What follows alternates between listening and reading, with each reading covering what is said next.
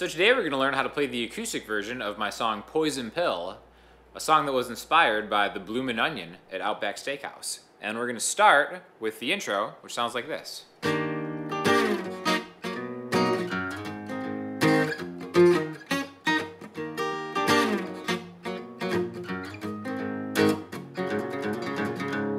So basically, I've been trying to do acoustic versions of all the songs I had off my more produced album, Parador, and this was kind of like a piano song that I tried my best to come up with like a faithful representation of it while still trying to keep it interesting. So first things first, if you want to play guitar like Sean Daniel, you take every chord and you turn it into a major 7 chord, regardless of the stakes or the scale degree that it exists on. So everything just becomes a major 7 chord essentially. That's the secret, my friends. And the capo's on the 1st fret, so I'm going to talk about the chords relative to the capo. So even though this is like an E flat major 7, in relation to the capo, it's like a D major 7, okay? So D major 7 chord voicing, if we have like the 5th fret, again, really the 6th fret and the A string, but in relation to capo, we've got 5A power chord, middle finger on the G string, which says the 7, 1, 2, 3, 4, 5, 6, 7. That makes that a major 7. And then your pinky on the B string. So, and we're going to slide this all the way back from a D, the 5th fret, to the 1st fret. So like a B flat. Even though those two chords don't generally necessarily go together, I think it just kind of sounded cool. So we've got the D major 7. And the strumming is kind of like a down, down, up, down, with like a pretty aggressive up, up, root, down. Into a G, which is kind of like a G dominant 7, so you take a G bar chord, and then just take your pinky up, and then actually open everything up. The beautiful thing about playing in a key like this, you can use the open strings to help you. So it's really, I've just got 3E, 5A, then my middle finger on 4G. And I'm kind of getting the open strings to kind of do some of the heavy lifting there too. So we've got D major 7, B flat major 7 to the G7. Into, and this is just kind of like a little octave run that I kind of got from the bass line in the original song. The bass line was something like,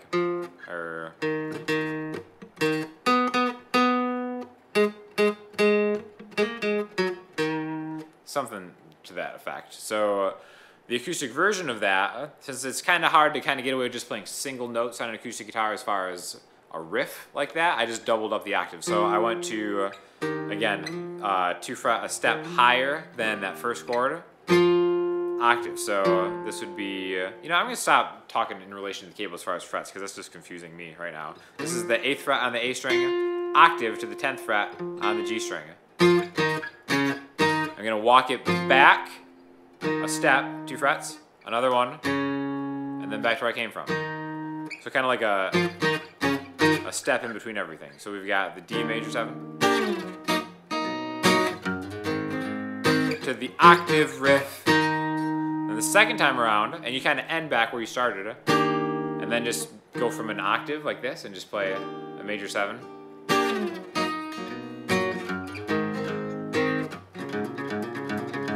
This is a little triplet run, hammer on triplet. So we've got the 3rd fret here, the 4th fret. I keep just changing. You're just gonna have to keep up. Trying to decide if I'm talking in relation to the capo or not. Sorry. We're gonna start on the E string, hammer on, and then go down to the A string. So we've got a triplet thing, triplet, triplet, triplet, and then on the 4th beat. So it'll be like 1 triplet, 2 triplet, 3 triplet, 4. So it's 1 pick, a hammer on, into an up pick on the A string. 1 triplet, 2 triplet, 3 triplet, 4. Just a cool thing to practice kind of on its own. So all together, D major 7, B flat major 7 to the G, to the riff.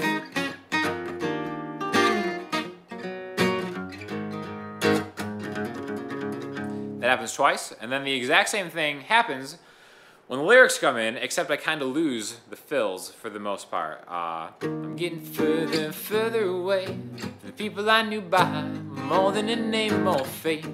marching deeper than I'd ever thought to go. Now sometimes I'll go with that G at the end. Just go back a fret, or 2 frets, and slide it up. And I watch them one by one go into the fog and come out as someone else, not for the better, if at all. Okay, so that's basically the verse and the intro. Same thing. I took the fills out to kind of leave more room for the vocals. Also, when I'm playing it, I'm kind of muting it a little bit instead of. It's kind of like a subtle thing that you can do if you have like aspirations of being a singer-songwriter. Just kind of like bring the volume down for parts, and then you can maybe play it more dynamically as the song goes on. So there's really only 2 parts to the song. The chorus, after that, we go to this B flat major 7. Oh, how fast they turn to go. And what's behind that change, I'll never know. If I keep standing still, then I might avoid that poison pill we're all seduced to take. So really, simple chords. We got that B major 7 voicing here, to an A minor 7, just open A, 2 D, open G, 1 B, to a G chord. Now, we've got the G chord where the highest note that I'm playing is 3 on the B string, which is a D. So I'm not really hearing the E string. A lot of people play a G like this. Some people play a G like this. I'm going with this one. And I think it's kind of important to think about that because there's a very D-centric tonal center in this song. And I think it's important that the melody ends with the highest note in that is there. Because of what I'm singing, I would have to fight over that. If it was a G, it would kind of switch it. So I remember thinking, like, what's the difference between all these G chords? Like, what's the difference between this one, and this one, and this one? Well, that's just one thing to kind of think about, what note you want on top, what the highest note in the chord is. So again, we've got that B flat. They tend to go. So 2 times on that G. And what's behind that change, I'll never know. If I keep standing still, then I might avoid that poison pill we're all seduced to take. And then last time I end on the G. And then get this little kind of piece of a D chord. It's not a full-on D major, nor is it really a D suspended. It's just 2 on the G string, 3 on the B string, with a decent amount of kind of vibrato 2 hits. And that leads you back into the...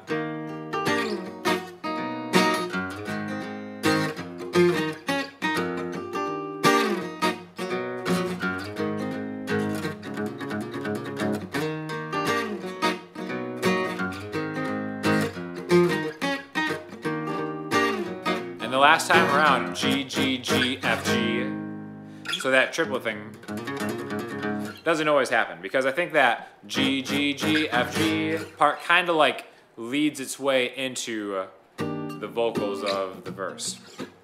So just another songwriting thing to maybe think about is if you have like a busier riff type thing, you might not want to overdo it. Again, I'm not saying that like this is like the right way to write a song. This is just kind of my thinking behind it. I didn't want to overdo it because I knew the vocals were coming in, so I think G, G, G, F, G kind of sets the table into I'm getting further and further away. So it's just a couple things maybe you might want to think about. Kind of a simple song, a little bit different. I think it's kind of cool. Definitely check out the produced version too because I'm kind of shredding it on the piano a little bit.